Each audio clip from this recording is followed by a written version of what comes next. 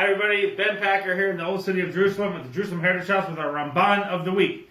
This week we have two Parshas, a double portion, Tazria and Metzora. Certainly very interesting, contemporary, that it's talking about quarantining people who have issues, very contemporary to our problem in the world. I want to focus on one part. Next week of course, Yom Ha'atzmaut. So we have a very Israel-centered Ramban here tonight. Very interesting. We have this condition of tsaras, which is in general a skin ailment, something akin to leprosy, and in general it's caused by evil speech, evil gossip, things like that. So, but there's another element to it.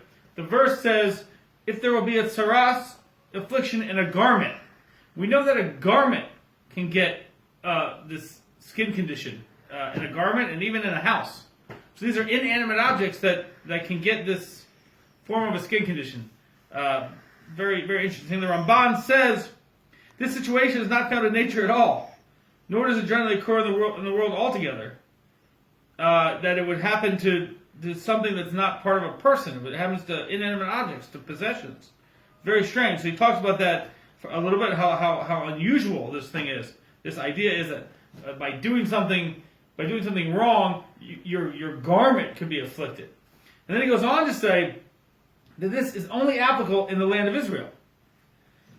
And that, not only that, but it's not a land-related mitzvah, right? We have certain mitzvahs that are land-related, like, giving your produce to the poor, and the sabbatical year, and all these kind of things that are connected to the actual physical land. But this seemingly has nothing to do with the land, but it only happens in Israel. And furthermore, he points out that he cites the Torah Kohanim, which is written by the sages, that it says there that a house becomes subject to contamination through tsaras only after the conquest of the land, and its apportionment among the tribes, and the time when each and every individual knows his portion and his possession.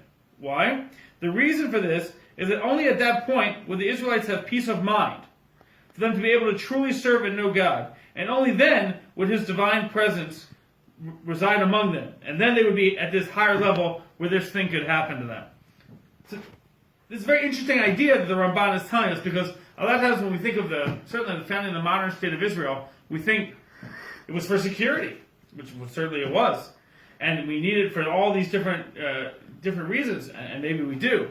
But the Ramban is bringing a very important point here, that it brings us a peace of mind in order, not just for the sake of a peace of mind, which is also nice to have peace of mind, but for the point of being able to serve Hashem better and even have more restrictions on us sometimes that bring us to a higher level. The point of the land of Israel is to bring us to a higher spiritual level.